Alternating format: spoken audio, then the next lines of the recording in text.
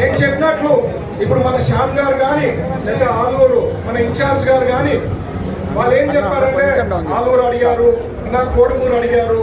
So ఇక్కడ subject ఏమంటే ఒక కియా ఫ్యాక్టరీ అనంతపూర్ని రూపురేఖలే మార్చేసింది, టోటల్ డిస్ట్రిక్ట్ ని. ఒకే ఒక పెద్ద ఇండస్ట్రీ. ఇప్పుడు ఇక్కడ కూడా నాకు కావాలా కర్నూలు అంటే నాకు ల్యాండే లేదు. నాకు ఎక్కడ ఉంది పక్కన ఓరకల్ ఉంది, ఎక్కడ వస్తుందని ధాన్యంలో వస్తుంది. బట్ అయినా ఇండస్ట్రీస్ తెస్తే total combine district growth factor అనేది వచ్చేదానికి గొప్ప అవకాశం ఉంది.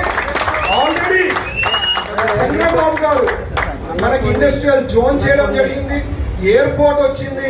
నేను ఆల్రెడీ రిక్వెస్ట్ చేయడం జరిగింది, మన రామ్మోహన్ నాయుడు గారికి రిక్వెస్ట్ చేసిన, మనకి విజయవాడ నుంచి కర్నూలుకి ఫ్లైట్స్ లేదు, ఖచ్చితంగా మీరు చేయాలి, చాలా ఇంపార్టెంట్. అంటే రామ్మోహన్ నాయుడు గారు ఏం చెప్పారంటే నువ్వు రా బరఫ్ ఢిల్లీకి కూర్చుంటాం, వర్కౌట్ చేసి క్లియర్ చేస్తామన్నారు. అదే కాకుండా నైట్ ల్యాండింగ్ కూడా ఇవన్నీ చాలా ఇంపార్టెంట్. ప్రతిదీ చిన్నవి అనుకోవచ్చు కానీ ప్రతిదీ చాలా చాలా ఇంపార్టెంట్. ఇవన్నీ కూడా చేసుకుంటూ ఇక్కడ ఇండస్ట్రియల్ జోన్ ని డెవలప్ చేస్తూ, ఇదే కాకుండా ఫుడ్ ప్రాసెసింగ్ ఉంది. మీ అందరికి ఇండస్ట్రీస్ తో పాటు కామర్స్ తో పాటు ఫుడ్ ప్రాసెసింగ్ ఉంది. ఈ ఫుడ్ ప్రాసెసింగ్ అనేది కోస్టల్ లైన్ లో ఎన్నో, అంటే అక్వాకల్చర్ కానీ ఇట్లాంటివి అవి డెవలప్ అంటే అక్కడ కూడా చాలా ప్రాబ్లమ్స్ ఉంది. నాకు కూడా ఐడియా ఉంది, ఎందుకంటే అక్వాకల్చర్ కి మేము బ్లీచింగ్ పౌడర్ సప్లై చేస్తుంటాం.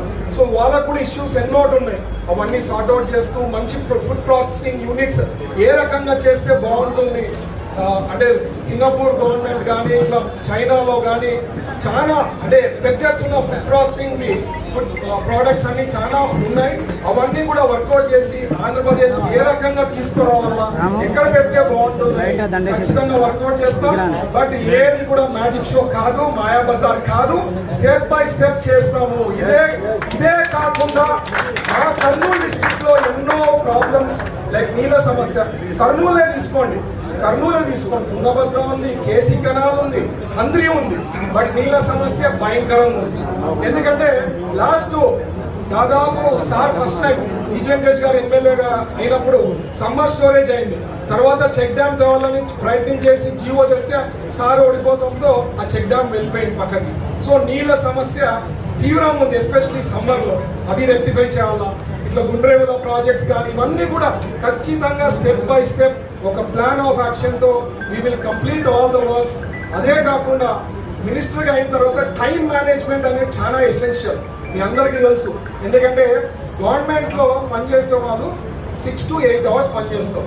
సో మనము ఆ టైము, ఆ కన్స్ట్రెయింట్లు ఉంటాయి, వాళ్ళతో ఫాలోఅప్ చేసుకోవాలి, చాలా ఉంటాయి. సో టైం మేనేజ్మెంట్ అనేది క్రూషియల్ కాబట్టి వర్కౌట్ చేస్తాం, అన్నీ చేస్తాం, స్టెప్ బై స్టెప్ చేస్తాం.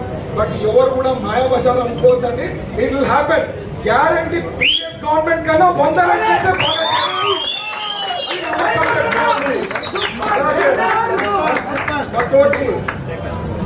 మన మంత్రులు కూడా జనార్దన్ రెడ్డి గారికి R&D ఇన్ఫ్రాస్ట్రక్చర్ ఇవన్నీ వచ్చినాయి.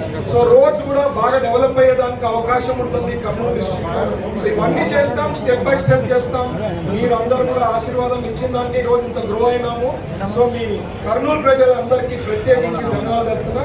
Once again thank you. జై హింద్.